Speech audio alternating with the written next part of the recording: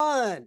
Welcome back to the War Room, my beautiful people and fight fans from all around the world. I am your fight goddess here with my co host, Malissa Smith, and we have a very special guest in the house. His name is Declan Hill. He is an investigative academic journalist and author of several books, including The Fix, Soccer and Organized Crime, and is one of the world's foremost experts on match fixing and corruption in international sports. He is a winner of several awards, including the 2007 Canadian Association of Journalists Award for Best Investigative Radio Documentary, and he's received an honorary award from the Greek Sports Journalists Association for his role in revealing sports corruption. Declan's work brings to light the corruption deeply embedded in the world of sports and the lack of sports governance that allows illegal gambling and match fixing to flourish. Now, we welcome Declan here today as our guest co-host, filling in for Eddie while he's away on medical leave. Eddie, you know you are missed here, brother. Hurry back because we are missing you. Declan, thank you so much for joining us as our guest co-host. Let's jump right into The Fix. Now, look, I want to say the first few chapters of this book, and it's mind-blowing to me to read that over 80% of, I say, professional soccer matches were fixed. And here in the War Room, you know, Eddie, Melissa, and I, we've talked about sports corruption ad nauseum. And pretty much we feel like most people either don't care about sports corruption or feel like maybe there's nothing they can do about it. So now Eddie believes we should have a world anti-corruption agency. Do you believe corruption is worse now than when you wrote The Fix? And if so, what do you think governing bodies should do to fix the fixing? And should someone create the World Anti-Corruption Organization, as Eddie has suggested? What do you think about that?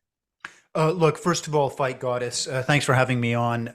If you were to wake me up at 3 o'clock in the morning and say, Eddie needs you, I'd be there. You're there. I like that. That man, and I don't know how many of our listeners know this, but he's the thinking man's fight journalist. Yes.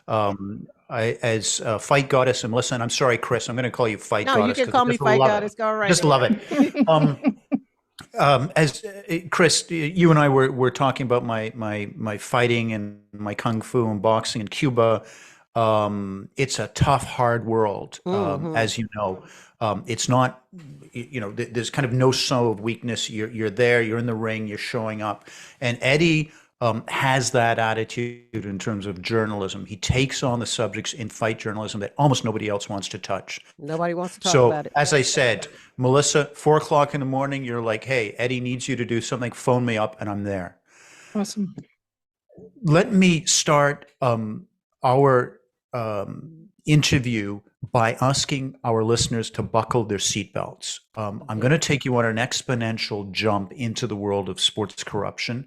If I say anything that just says like, whoa, this can't be true, either drop these guys a line and I'll get back to you, or reach out to me on Twitter, or just check online the facts that I'm bringing to you. Because if you don't know the story of what I'm telling, it's just going to blow you away. Chris, Fight Goddess, was kind enough to talk about some of the awards I've won.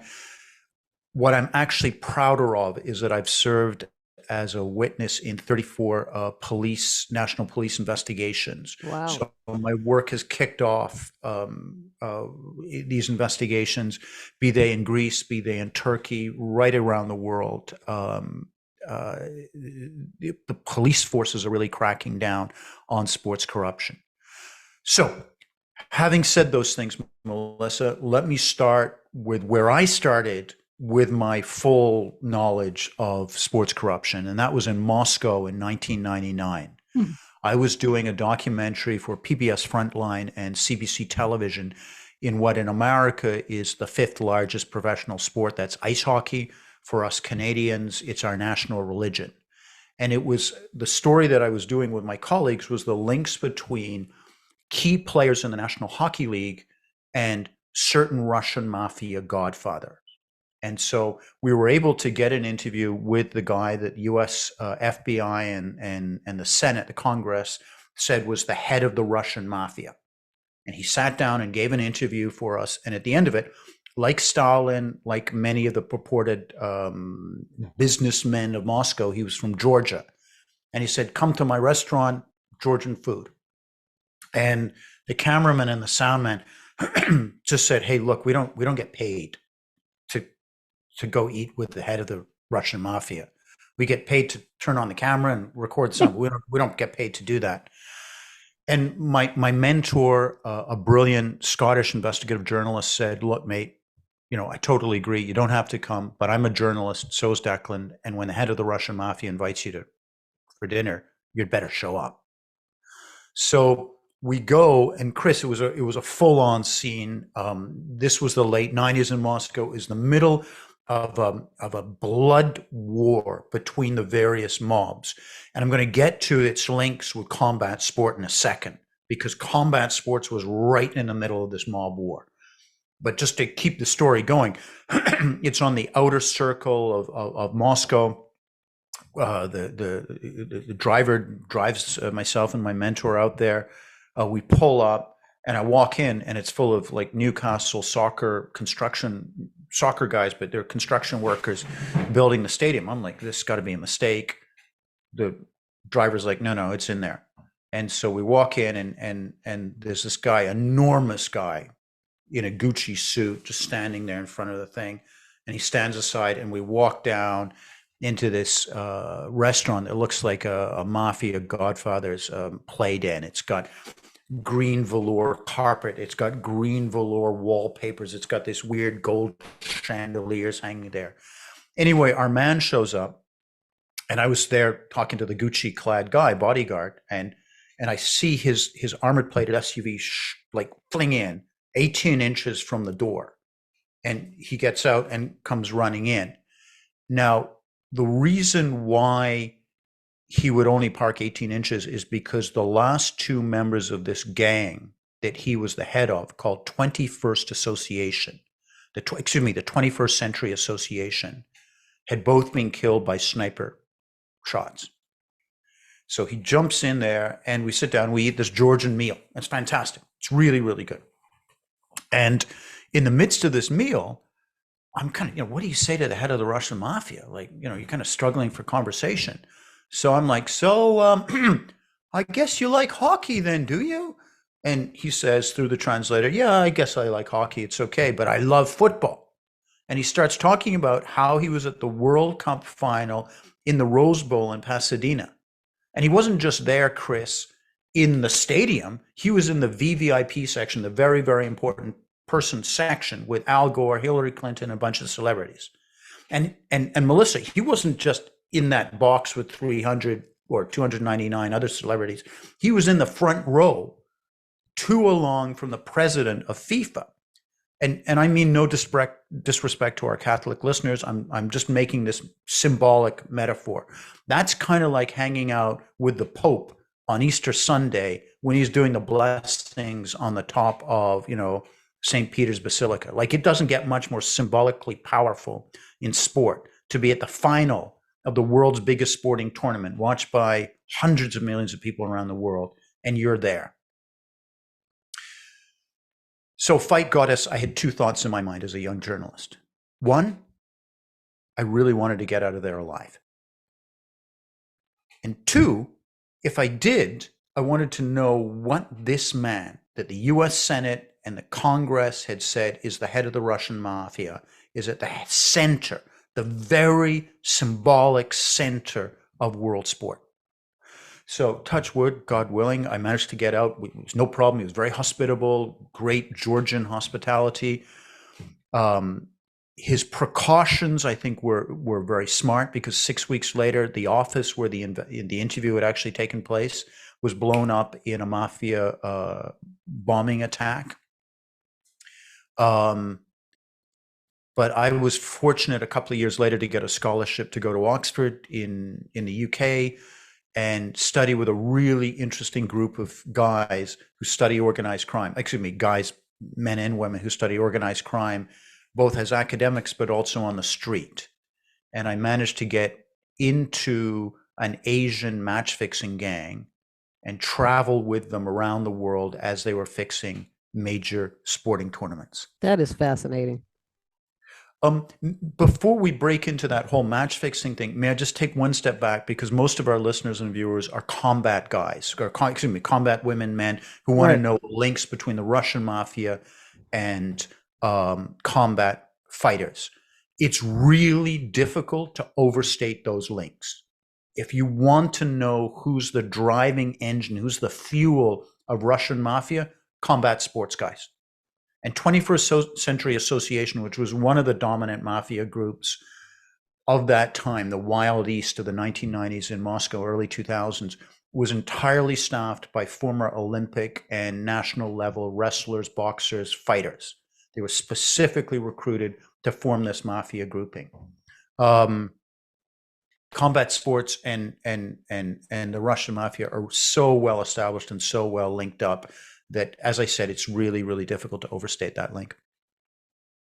And it's still there. I mean, we see it currently with the IBA and Kremlev and his moving the, international boxing, the amateur boxing back to Moscow outside of Lucerne, where it's been for how many decades. So, yeah. I remember at one point I was trying to work inside the system, teach the Olympic associations and various people about the dangers of match fixing, because I thought, look, match fixing is actually an existential threat to sport. Mm-hmm. You can dope, you can do all these other things, you can cheat to win, and basically fans don't care. It's just like, hey, do whatever you do to win. But actually, I disagree with Eddie. The corruption of match fixing is deeply endemic. Like fans hate match fixing. I remember talking to an athlete, a soccer player in Serie A, that's the Italian Premier League.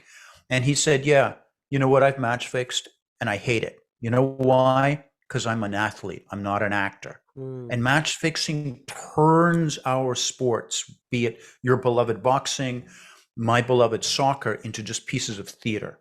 And so I disagree with Eddie. People really do profoundly care about match fixing. They're kind of iffy on cheating and doping, but match fixing they care about. So go ahead. No, I was going to say, I can see that, especially in boxing, where even just watching a mismatch is something that fans and athletes can't abide by.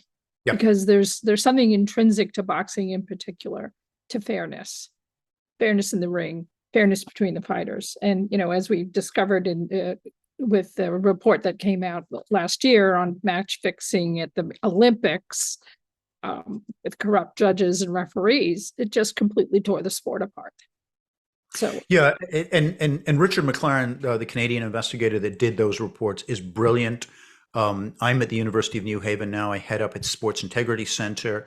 And we got together, myself and our board of advisors, and to really put a kind of Eddie-like award together. We called it the Noble Purpose, with the deliberate goal of making people confuse it with the Nobel Prize. We did it a week before the Nobel. We said, right, somebody needs to set up the Nobel Award for sports integrity. And every year, we're going to award that, and we're going to award the anti-Nobel. So whatever institution or person in sports is the most barefacedly scummy, we're going to give them the anti. We gave it to the Qatar government, which I'm happy to talk about it another time. Right. Yeah. But our noble purpose was to Richard McLaren, because he has done such extraordinary work. Well and he's deserved. gone into that boxing world and revealed mind-blowing corruption, confirmed mind-blowing corruption. Right. This isn't like, oh yeah, I think the fight was fixed, blah blah blah. No. This is like, yeah. Systematic. And now, and look at where we are. Denied even the opportunity for a fair election, relocating the organization, saying, who cares if we're in the Olympics, because we're part of a larger project, to just say, enough with the Olympics. Let's go with Putin and his project to just have their own alternative games. Don't worry about doping. We're just going to go that way. So, hey, I'm so sorry, Melissa, Fight Goddess. I was in the middle of a story and I forgot, and it's a good story. So please. I'm trying to get inside the Olympic movement around 2011, 2012. They contract me to build the first anti-match fixing training. Not the Olympic movement, but this other association. And so we do our first international meeting about sports integrity match fixing in a hotel in Luzerne in Switzerland. You know, when the IOC guys come and everyone comes and we're all there and I do my speech and my presentation and stuff and everyone's like, yes, this is very important. Oh my gosh. And all the executives are, they kind of look like a combination of the librarians meet the nerds. Like we're all there, we're drinking our little tea and coffee with our mugs and all this kind of stuff. Then the Russians come. And I don't know which of the international combat associations, but remember I was talking about the SUV arriving at that Moscow thing? Same thing. 4 armored plated things come in. The guys come in their 3/4 length black leather jacket. They're the size of the dining room table standing up. They walk in and you know any discussion of sports integrity has just stopped. Right. People just want to be safe. And these Right. guys are clearly the business. They're clearly, you're not going to, you may have a disagreement. It's going to be carried on. It's going to go to your house with these guys. So it suddenly stops. So there is that presence of these dressed up mobsters in some international sports without question. Yeah. So you were telling us about infiltrating the Chinese gang that was fixing Yes. soccer football matches. Please continue with that because that's fascinating. There are a number of international gangs that travel around the world. They have corrupted in soccer, tennis, basketball, handball, cricket, a number of these sports from the very bottom. I was in Brussels a couple of years ago, and a 15-year-old female tennis player had been offered a €50,000 bribe to throw her game, 15 for tennis, all the way up to matches at the World Cup of Soccer itself. And that's massive. Here's a couple of the factors I want to share with the listeners and viewers, because if I just say that, many people are going to be sitting at home or in their car, wherever they're listening to our podcast going, oh, the guy must be a conspiracy theorist. Can't be true. So let me just walk us back and go through some of the factors which aren't generally well known in North America.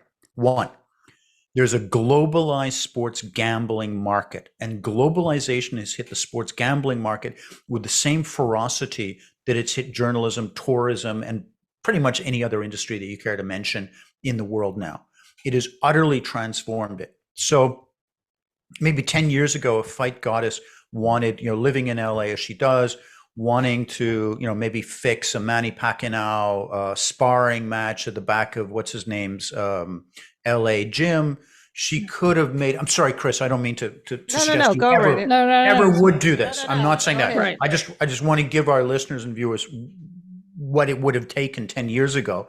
You would have gone into a bar and had to go to the back and meet some guy called Vinny or whatever. Right. And you might have been lucky to get $1,000 down, which you're not going to, it's just not worth anyone's while to fix that. Now, with a globalized sports gambling market that flows on to over 60,000 sports events a day, not a year, 60,000 a day, it's suddenly worth it. And that market, that globalized sports gambling market, is, according to Europol, and I want our listeners and viewers, again, if there's anything in the last 2 minutes that I've said that they want to question, go check this. It's the Europol, that's the European Police Association, brings out a report last year on the size of this globalized sports gambling market. They estimated at 1.63 trillion. Wow. Trillion euros. So you have that huge pool of cash.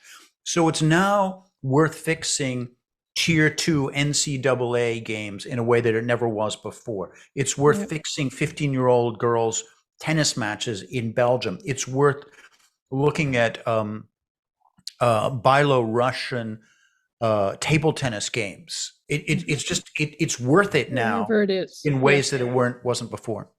That's crazy. I mean, I remember in the 70s in New York City, there was a lot of sports gambling because the mafia was running rampant in New York City at that time. And so there was a lot of sports fixing at that time at the level of college basketball and football games, as well as there's less so on the professional side, much more so on the college games, because just shave a few points and all they're looking for is the spread. But now betting is by round in a boxing match.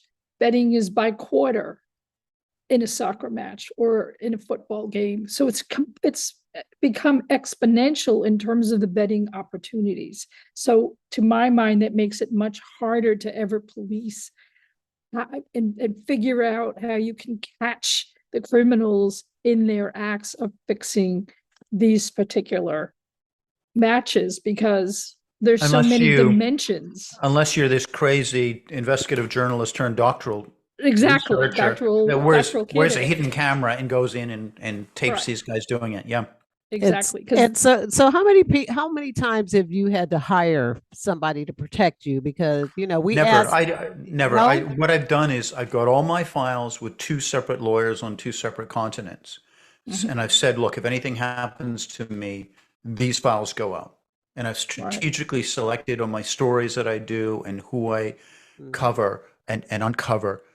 So I'm like, look, guys, if you touch me, all this stuff is coming out. I've been cool. I haven't burned a lot of my sources. Just thanks.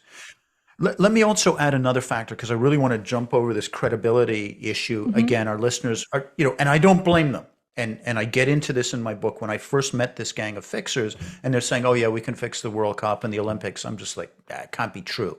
Like, they must be, they must not be. Now, I didn't say it to them like that, because they're godfathers, they're mafia guys. You don't say those kind of things to those guys. But I was very, very incredulous about it. Here's the second thing. Along with this globalized sports gambling market is the sheer corruption in sports governance. And again, it's much easier to explain that now after the amazing investigation by American investigators, the most successful foreign policy event since the Marshall Plan was the FIFA-gate investigation done by Americans.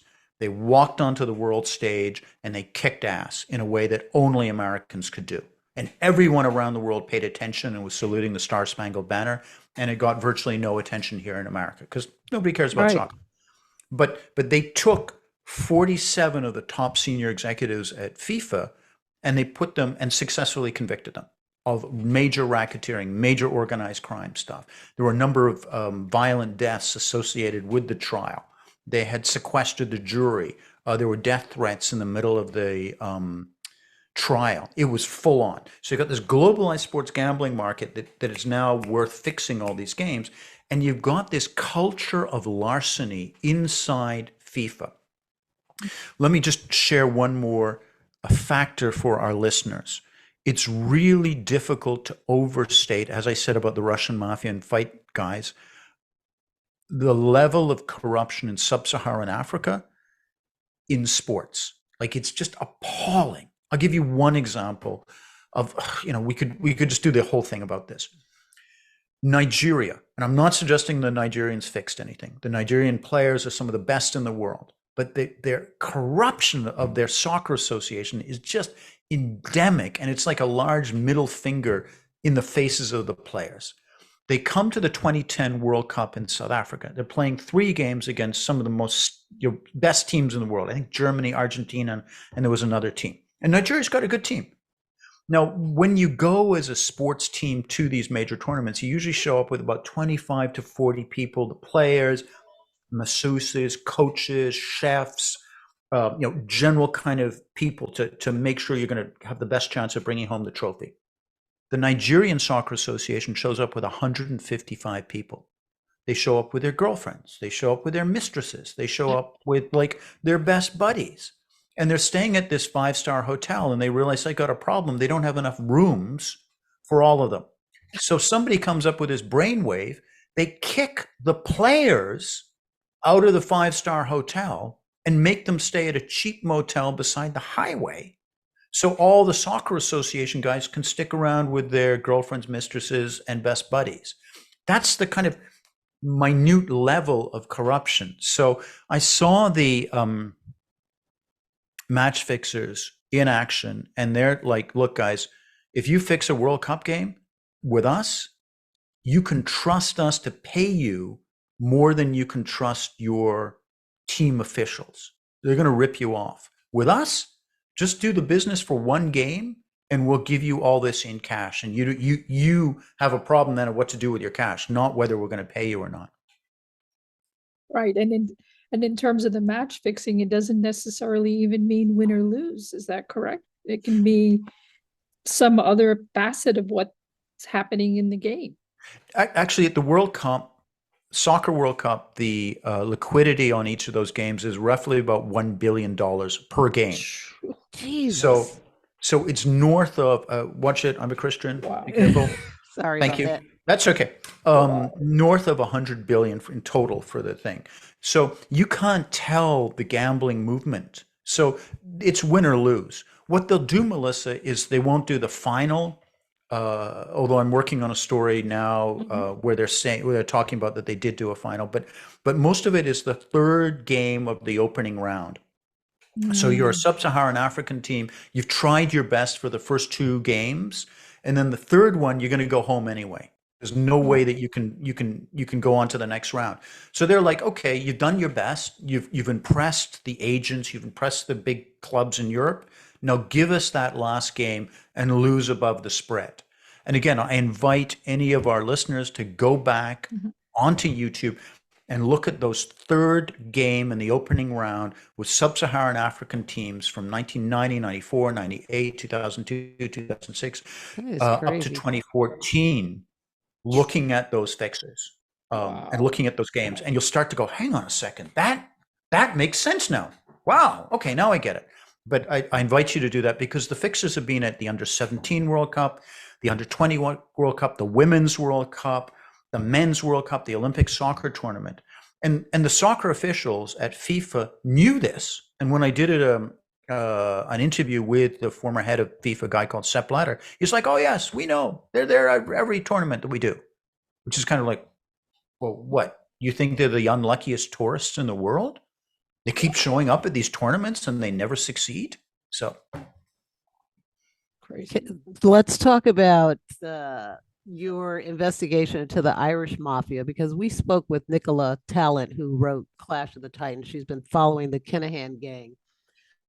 So give us a little history and how, what did you dig up in that whole MGM scene? Guys, this is, for those who haven't seen this, this is like a Shakespearean tale. This, it's extraordinary. And again, we started this, Fight Goddess, talking about our listeners need to buckle their seats and jump into this exponential. Right. And the Kinahan drug gang saga is, again, you're jumping into a level that's extraordinary. So the Kinahans and the Hutch gang are North and South Side Dublin drug gangs in the 1990s, and they're real street level scumbags. I mean, they're real. A number of these guys got done when they were 16 or 17 for fighting with switchblades outside a fish and chip shop. That's where they start, having punch-ups and knife fights outside fish and chip shops in the poor areas of Dublin, Ireland. Now the Kinahans are in Dubai, and they're helping their royalty, the royal family of Dubai and UAE, put together international fights at the very top of the boxing world. The essential story is like Romeo and Juliet. I'm not overspeaking this. It is a Shakespearean tale. It's between this gang that used to be very tight. One side was the guy, Jerry Hutch, who was called the Monk. And he was called the Monk because he went to prison and he was very calm, cool, collected, never drunk. And on the other side was the man they called the Dapper Don. And the Dapper Don, the Kinahan super godfather, went to prison, learned French, and the Irish authorities, after the guy had been in there for a number of years, said, okay, you've been such a model prisoner, we're going to let you go. And he says, no, I want to stay here and finish my French courses. Like the intelligence level of these boys, those guys, is not the average street level thing. So the Monk and Dapper Don, North and South Side of Dublin, come together, kind of like Fight Goddess, as if the Capulets and the Montagues and the Romeo and Juliet thing had gotten together. Here's the problem. One of the guys started sniffing the product, and that was the nephew of the Monk. And the Dapper Don had him killed. Then he walked in and he lied to the monk. Oh, I didn't do it. We don't know who did it. We didn't do it. And they found out who did it. And that kicked off this blood feud, which is even now stretching across Dublin. Right now, as we're listening, as we're talking, as we're recording this, the monk, Jerry Hutch, is in jail in Dublin. And there's a special courthouse that these guys have made because there's so much organized crime presence. Mm-hmm. One of his chief lieutenants, I say lieutenant, notice that because I'm Canadian, you guys say lieutenants, has turned and he's become prosecution evidence. They have literally promised him that he will stand in the dock, and as soon as he finishes testimony, he and his family are on a plane and are out of Ireland forever. Like, that's the deal that they had to come up with, because they said, I can't stay in Ireland, it's too small, they're going to kill me like that. Yeah. No, I'm sorry. I got so carried away, Melissa, that I forgot to say that this is deeply embedded in the boxing world of Ireland. Yeah, it is. And they, and what's so interesting is that the Kinahan family got involved in youth boxing. Started out, sort of ancillary to their criminal activities. They were involved in little amateur shows and had amateur boxing clubs and so on. And the Hutches were involved in boxing.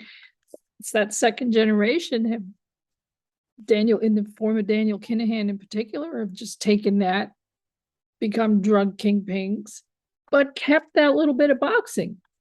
Went first to Spain, created MGM. And if you could pick up the story there, that would be great in terms of how that began to influence and infiltrate corruption in boxing. The link between organized crime and fighters is just core. Like, you need a guy, be it Sonny Liston or whoever it is, who can go in and be muscle. So it's not surprising if you're a street level gang and you're building up your army, that you start subsidizing the Southside Boxing Club. What they did was they very quickly realized in their rise that boxing could help them not only supply this army of tough guys who could be part of their gang, but it could also wash their reputation, wash their image. Part of the studies that I do here at the University of New Haven is I get my students to read the confessions, the indictments, the stuff of the fighters that were mobbed up in the 1950s and 60s. And I get the mobsters talking about how they were using boxing here in America. And they're saying, we used boxing to get to Donald Trump. We used boxing to get to Steve Wynn. Not saying that Donald Trump and Steve Wynn were mobbed up, but suddenly, from being street level goof, you became a fighter in a ring in this big casino, and it jumped you up a level that you couldn't have before. So that essential reputation washing is exactly what MGM was about in Spain. It was an ability to identify really good, tough fighters in Ireland, bring them up, put them on an European and international stage, and really work. And they worked well at it. They did.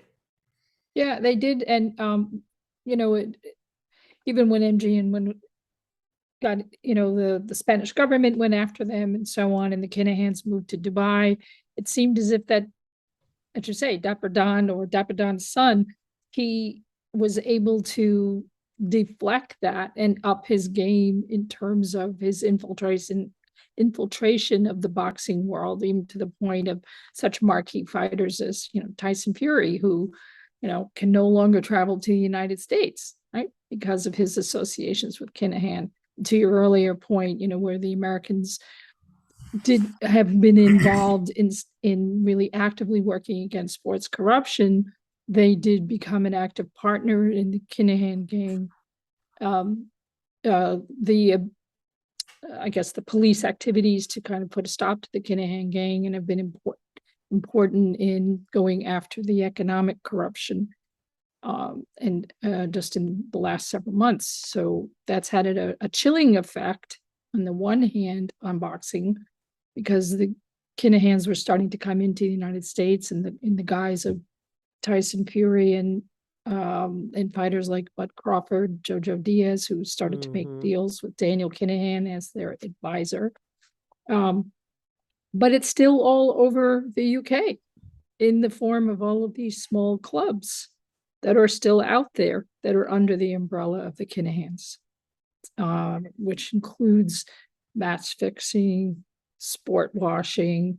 And can I get back, Melissa, to something we were talking about before? You remember a few minutes ago I was talking about match fixing, and again, I was jumping over the credibility wall for many of our listeners about how you can have such high level match fixing at the World Cup.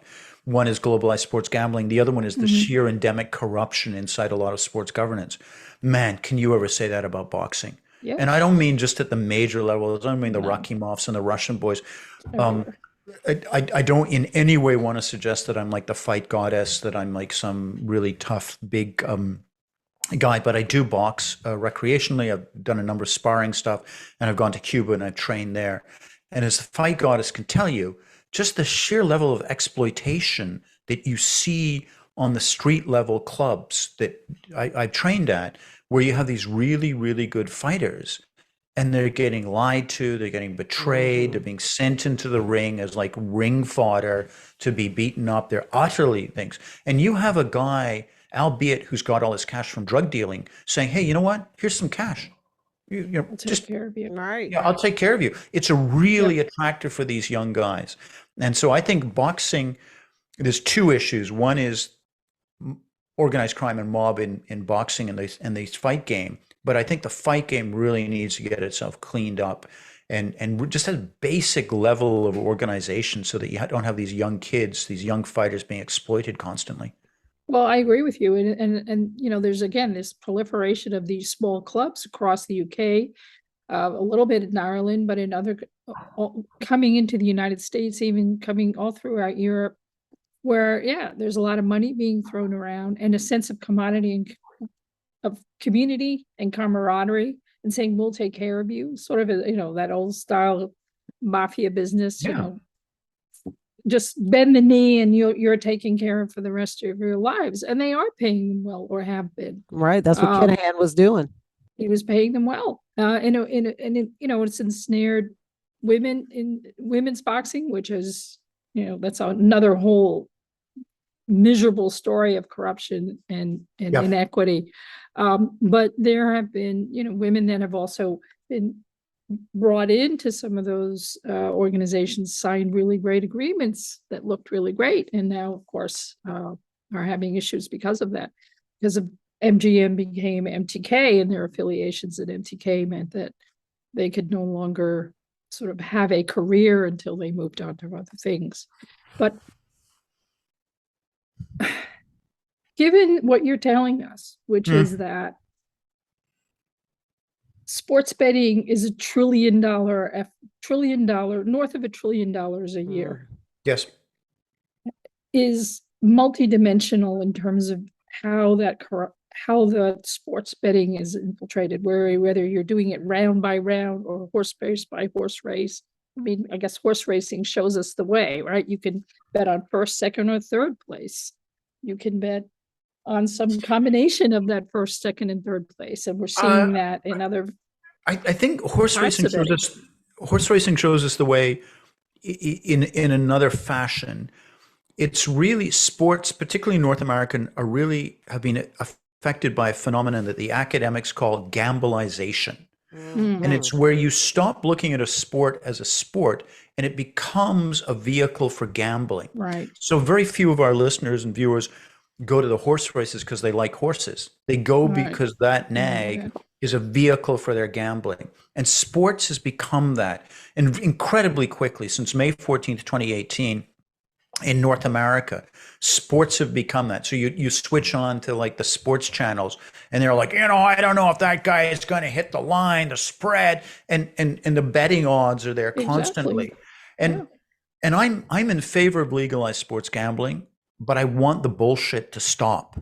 I want us to start having conversations about accuracy, having conversations where our young athletes, be they in the fight game or any other sport, aren't transformed into horses or greyhounds or something. I think we really need to have this conversation. Why I would agree you with you. be in why would you be accept I mean sports betting? I don't understand that. Like I think sports betting corrupts everything. So why would you be for sports betting? Because I'm not into widespread societal hypocrisy. I'm into legalization of prostitution. I'm into the legalization Okay. of most recreational Right. drugs, so long as they're regulated, so long as Right. the ladies or men who choose to be sex workers have some kind of protection. Sports gambling is a deeply addictive phenomenon for young males between the ages of 14 and 35 with this new form of gambling off Right. your phone. Exactly. It's like crack cocaine. And we're not having that discussion. We're not having that regulation. Instead, we've got a bunch of like Hollywood actors and sports people promoting it constantly. I think that's got to be regulated in the same way that we regulate cigarette smoking. Well, listen, I, if you watch a boxing match on ESPN, Bet the online. the announcers are giving you the line yep. round by round. I mean, what is so? I mean, to your earlier point, where you talk about commoditization of the boxers, you're also you have the enablers and the announcers themselves and their relationship of their parent companies, of their large media organizations to the sports gambling operations. I mean, to me, that is just screams, where is the firewall? Well, It I think one of the screams to me that. firewall is that the guys who are gambling should start paying more money. And that's one of the things that doesn't happen when you don't have a regulated sports gambling thing. You have these sports, these massive sponsorships, you have betting dropping. Somebody's making an enormous amount of money, Yes. and it's not the fighters. And as No. soon as you have that juxtaposition, then you're going to have fixing.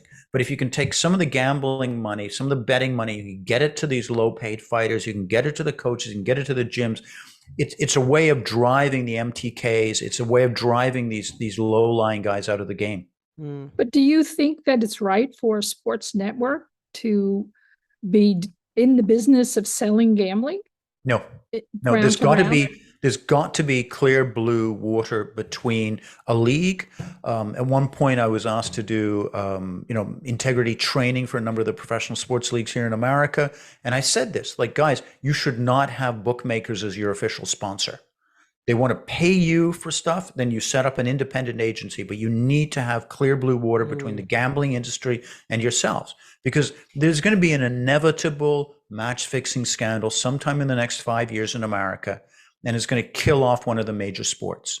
Wow. Yeah, I agree with you. As I said, I've seen this on ESPN in particular as one of the networks, and it's kind of shocking to sit there and have somebody in the midst of calling a match talk about what the line is. And I'm like, he's not a bookmaker. What's going on here? Yeah. Like, what is this? So to me, it just, no matter what limits you might place or risk management may exist in a particular online betting organization in their integrity unit, it will not catch that. I don't believe it. Yeah. I don't. I'm not even sure if some bookmakers actually want to catch it. They just want to make money. They just want to do the business. So, again, there has been a tsunami of bullshit that has accompanied legalized sports gambling across this continent, and we're drowning in it.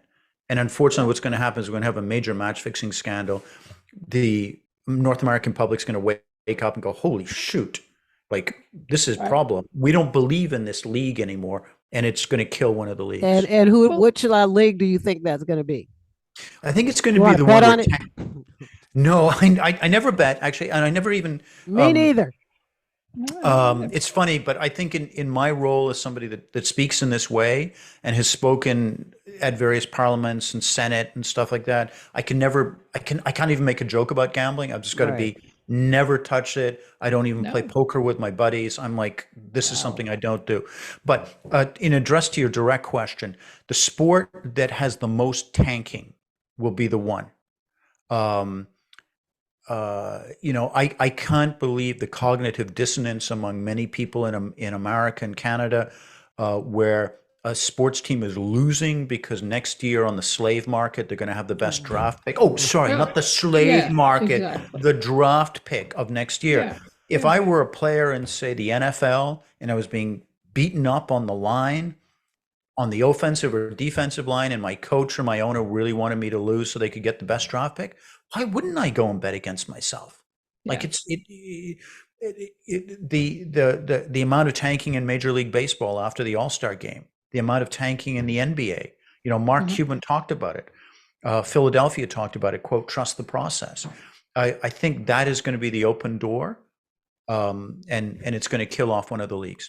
Yeah, I saw that NBA documentary with that NBA ref, and I was just Tim Donahue. I was disgusted with that whole scenario. It's like, dude, you wasted that was your dream job, and you threw that away to make a few $1 million. I mean, he didn't even make a whole lot of money up behind it. That's the Tim comes into my university. I have him come in and talk to the students because his basic story isn't it's that he was a gambling addict. And that's the other piece of bullshit that I'm really frustrated about in North America, is that sports gambling is addictive. And this stuff, this new phone, now they call it frictionless gambling. So it used to be that if Chris, Declan, and Melissa wanted to make a gamble, we actually had to travel out of our homes. Right. We had to go to a horse race or a casino. We had to exchange cash. Every time we did that, there'd be a human interaction of some kind that just kind of puts a little bit of a check. Now, this is like having an alcoholic walking around with a bar in their back pocket. They cannot escape it. And what's happening in the United Kingdom is there's been some fantastic research, because the dirty secret of the bookmaking industry is that many of the bookmakers, not all of them, but many of them live on addiction and they target the addicts. So there was a fantastic research done by Gambling Awareness out of the UK. And it showed that a number of the sports bookmakers made 86% of their profit on 5% of their people. Yeah, that makes sense. Wow. That makes total sense. Listen, our entire world of mafia films in the United States talks about the degenerate gambler who gets his legs broken. I mean, we have it's a meme of what we think of as the mafia, but this is what is permeating sports betting in that $1 trillion industry. And here's the thing. Note, Fight Goddess, how they talk about degenerate gamblers. They don't say to their faces, "You're a loser." They don't say, "Oh yeah, we secretly laughing at you. We think you're a degenerate." They're like, "Oh yeah, you're a high roller. Oh, you're so cool. We're gonna send you to Vegas or whatever it is. Yeah, we're your friends. Yeah, thanks." And it's just it's the same tactics as the drug industry, and we've got to regulate it. We've got to regulate it, and this kind of stupid rain dance, rainmaker dance that American legislatures and Canadian governments are going through with this very dangerous industry. Again, Fight Goddess, getting back to your question, I believe that we should have it. I believe it should be regulated, legalized, but we've got to protect our addicts. Yeah. Fight Goddess, let me tell you one thing, again, out of the UK, because they've had what we're having now for the last 15 years. We should be learning their lessons. They have 55,000 right now, November 1st, 2022, 55,000 teenage gambling addicts. Not 55,000, Melissa, teenagers that have walked in and placed one bet. No, I got it. But I mean 55,000 who have destroying their brains, because as we know, the brain is not fully, formed until the early 20s. So and it's not even only games, right? I mean, it's not only real sports. It's gotten to the level of games that they're betting on that are not even real sports. They're betting on video games, on video games, essentially. Yes, sports video games where you have your dream team and you're playing your dream team in a football match and you're betting on what happens in your dream team on your game. So it's become even more insidious. That is sick. Because that's like, cool cigarettes Let me share this. I don't know if you For kids, yeah. I don't know where this, whether you want to wrap up on this one, but I want to leave anyone who's a parent, anyone who cares about American society, with this image. There's another UK charity formed by parents who've lost their sons and daughters to suicide from gambling addiction. Oh, wow.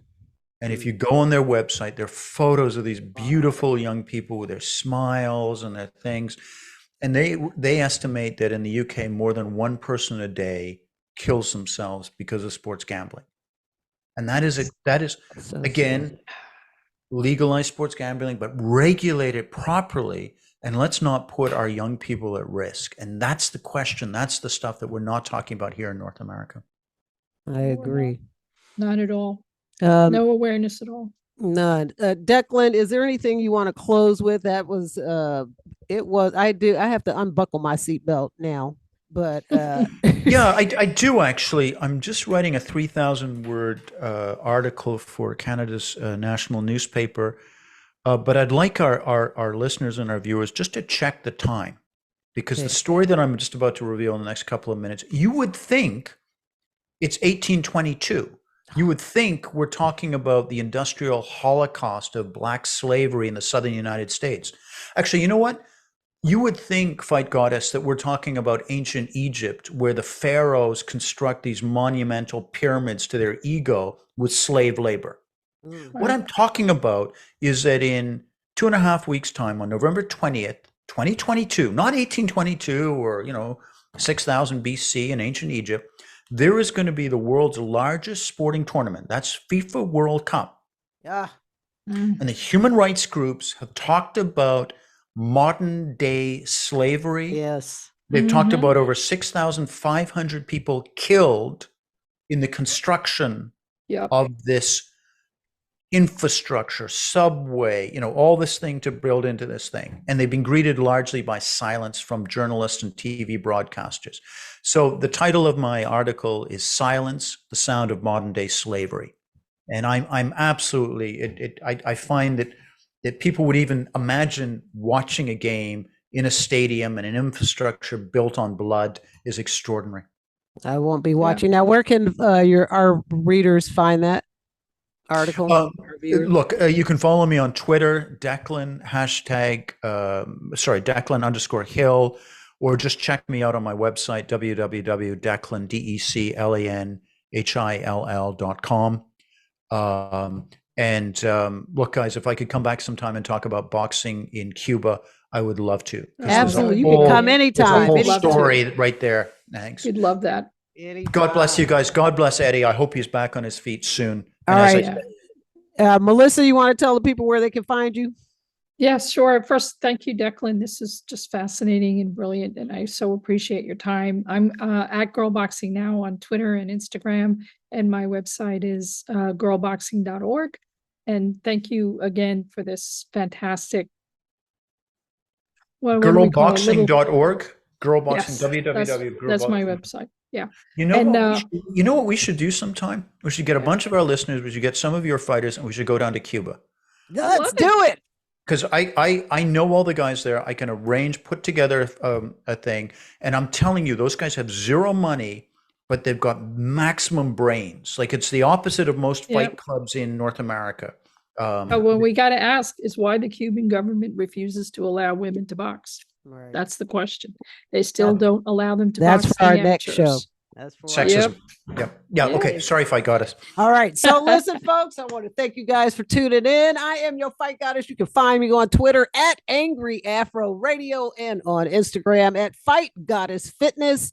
You guys check us out at warsports.com, WAARSPORTS.com. All right. Till next time, folks. Peace, love, and push-ups.